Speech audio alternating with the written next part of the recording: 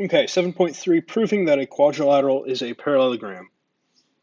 Starting off, we have more theorems, or actually these are going to be converses. And a converse is kind of like a theorem, only backwards. So it builds on top of one of our previous theorems.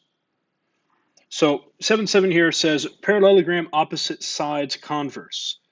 And it says if both pairs of opposite sides of a quadrilateral are congruent, then the quadrilateral is a parallelogram. All right. Whereas we started last time and it said this is a parallelogram. And here's some factoids about it. This one's saying if these factoids are true, then it's a parallelogram, right? It's kind of thinking about it backwards. 7.8, parallelogram opposite angles converse. If both pairs of opposite angles of a quadrilateral are congruent, then the quadrilateral is a parallelogram. 7.9, opposite sides, parallel and congruent.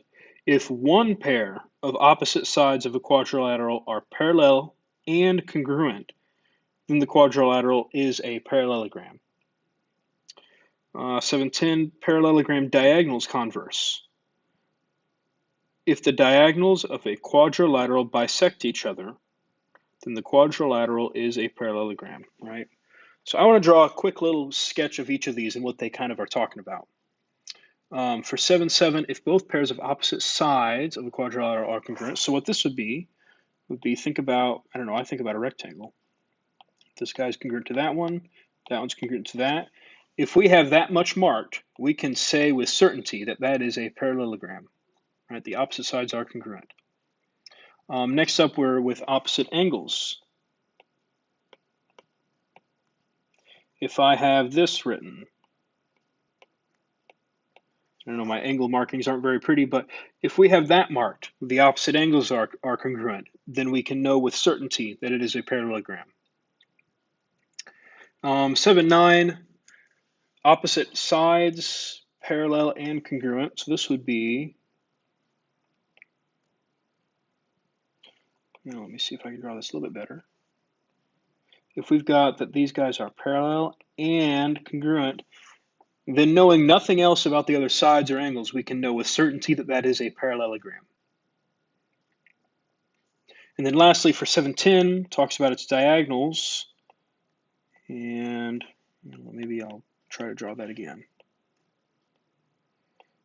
The diagonals, if it is marked like, then we know that it's a parallelogram, right? What I signified there is that the diagonals are bisected, they're cut in half. All right, so let's look at number 1 here. We're supposed to state which theorem you can use to show that the quadrilateral is a parallelogram. So starting off here, we've got opposite angles marked, and then these are marked as 100s. So this one's going to be 7.7, the parallelogram. Oh, excuse me, I'm sorry, I looked at the wrong one. This is 7.8. 7.8, parallelogram opposite angles theorem. All right, next up we have this one here where its diagonals are cut and they happen to be cut in half. So this one's going to be 7.10, the parallelogram, and I'm just going to use this kind of symbol for a parallelogram. Parallelogram's diagonals, converse. Oops, and I messed up in this last one. That shouldn't be a theorem, that's a converse. Sorry about that. Next up, the last one, we've got marked that these are parallel using those little arrows. And then they're both 9, so they're equal. So this is going to be the 7.9, opposite sides parallel and congruent. So 7.9 says opposite sides parallel and congruent. And this is a converse too, right? Yep, converse. All right. So this is kind of the idea of this. We're trying to rationalize why is this a parallelogram? How do we know this? All right, moving on, let's look at number 2. Graph the quadrilateral, so the quadrilateral just means it has 4 sides, with the given vertices on a coordinate plane. Then show that the quadrilateral is a parallelogram. So let's look here.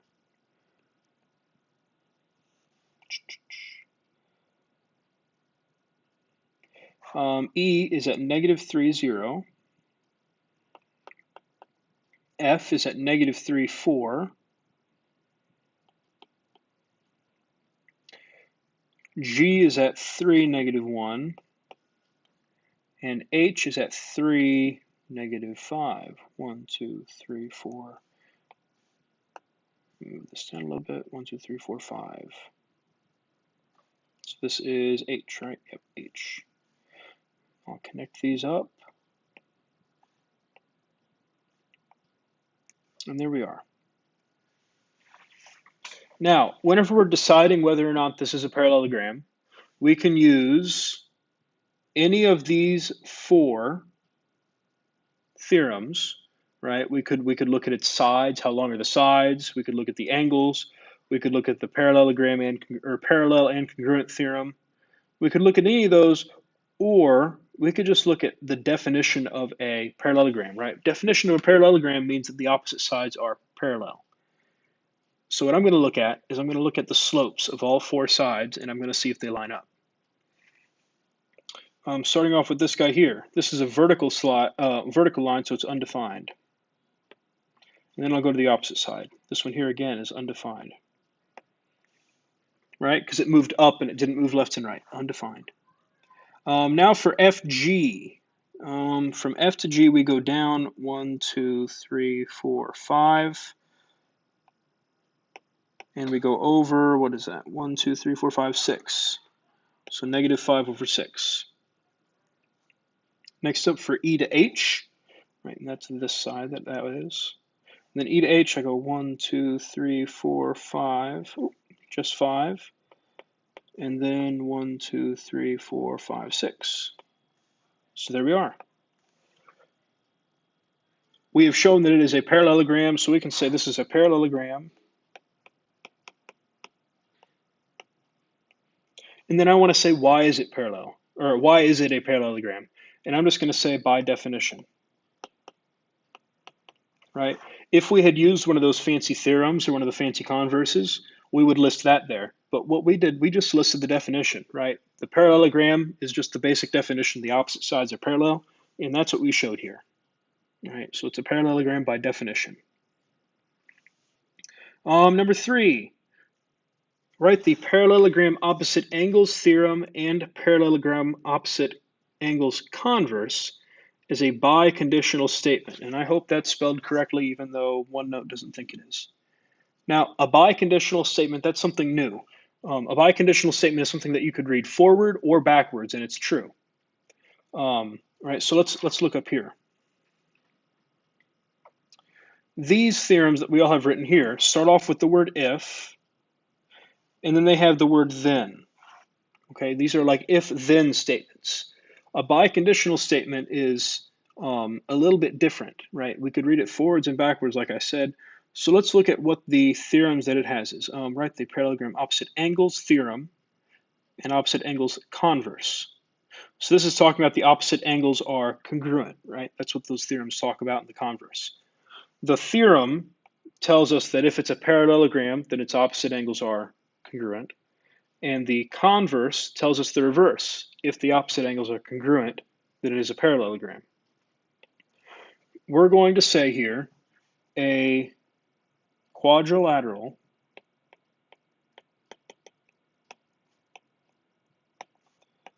has opposite, or we'll say has congruent opposite angles, has congruent angles. And then I'm going to use the words if and only if. If and only if it is a parallelogram. All right. So what I did here is I kind of reworded it in my head. And this if and only if is a kind of a mathy term that means that we could read this backwards. So I could read this backwards and I could say a parallelogram is a quadrilateral if and only if the opposite angles are congruent. You can read it backwards and forwards. That's what it means by a biconditional statement. You can read it backwards and forwards. And that if and only if, I didn't highlight the other if and only if, we sometimes abbreviate that to IFF, if and only if, okay? And that's the big piece of the biconditional statement. That's a math term that anytime you see that, you know, I could read this backwards and forwards and it would be true, right? So that's the biconditional statement. I believe there are some of the like that on the homework. So make sure you kind of at least get that. Shoot me an email if you have questions on that. Make sure that whenever you graph these, there's going to be somewhere you have to graph. What I highly suggest is to make your graphs pretty. Right? The prettier the graph is, the easier the answer is going to pop out at you. Okay? Highly suggest that. Graph paper would be a good idea, or draw your own pretty graphs. And I think that's it. Make sure that you have these written down somewhere, and good luck on your homework.